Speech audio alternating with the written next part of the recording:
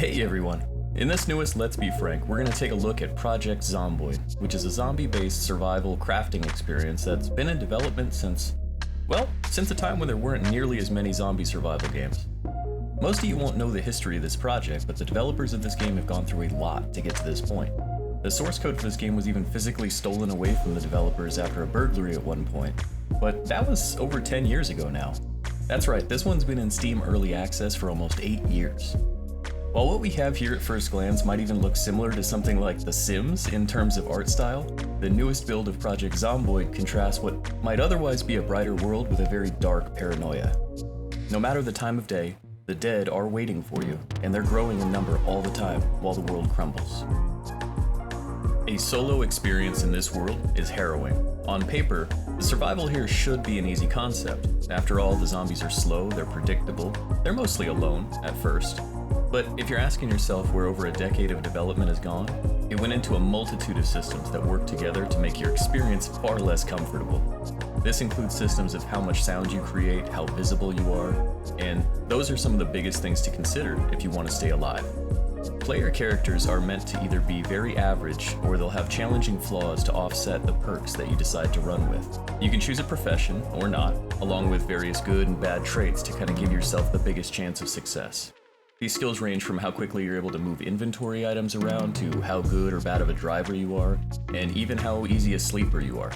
How tired your character is will impair your field of vision even further than what's already kind of uncomfortable. And it's crucial to continually be aware of everything around you.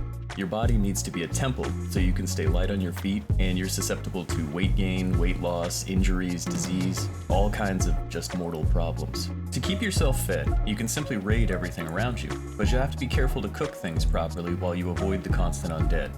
To keep yourself prepared to deal with injury, you'll need to be creative with various medical supplies, while you avoid the constant undead.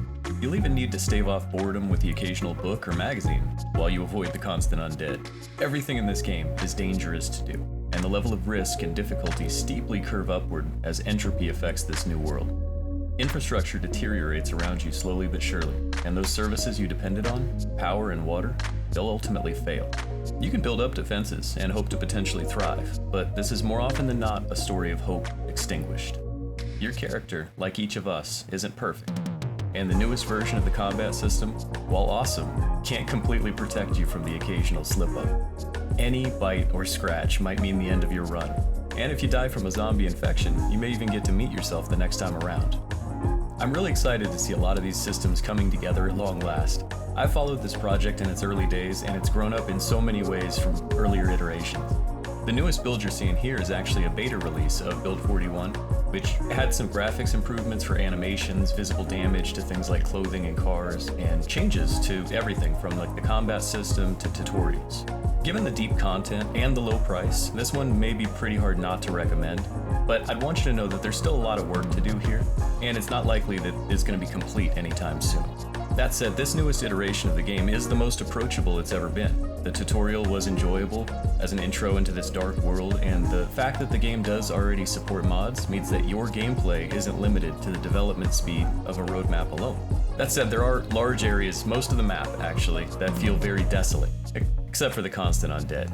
The different modes of play essentially control the intensity of the zombie spawning, but the map, supposedly tailored to resemble a real place, is the same in each game type.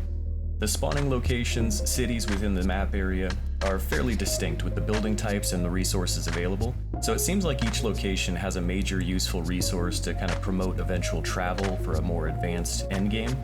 But getting to a late game is tough enough, and while you could continue to build and reinforce a shelter from one character to the next, surviving as a single solo character is not something I can claim to have been very successful with in any mode.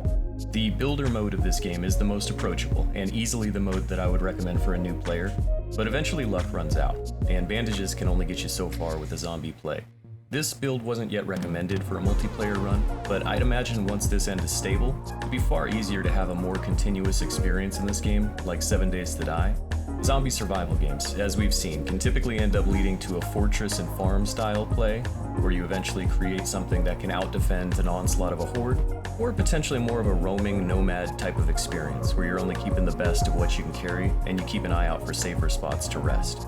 In either case, even despite having to share resources, the addition of a friendly player could only be useful to this experience. A single zombie isn't normally a major threat, but anything that occupies your attention can leave you open to sudden attack, and having anyone to watch your back would be an instant game changer. Zombie survival games, as a whole, are hard games to come away fulfilled by. Fighting against certain death and holding out just as long as you can, it's not going to be a concept everyone is going to enjoy.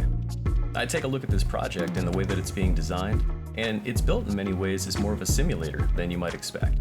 There's parts of the experience that are thrilling, there's parts that you might even find terrifying, but there's very few moments where you'll truly feel content. To critique this specific game more directly, there have been a lot of improvements from build to build over the years, but the UI systems for looting and inventory are still far too hard to quickly navigate, and they offer a lot of frustration, especially when you're under a constant pressure.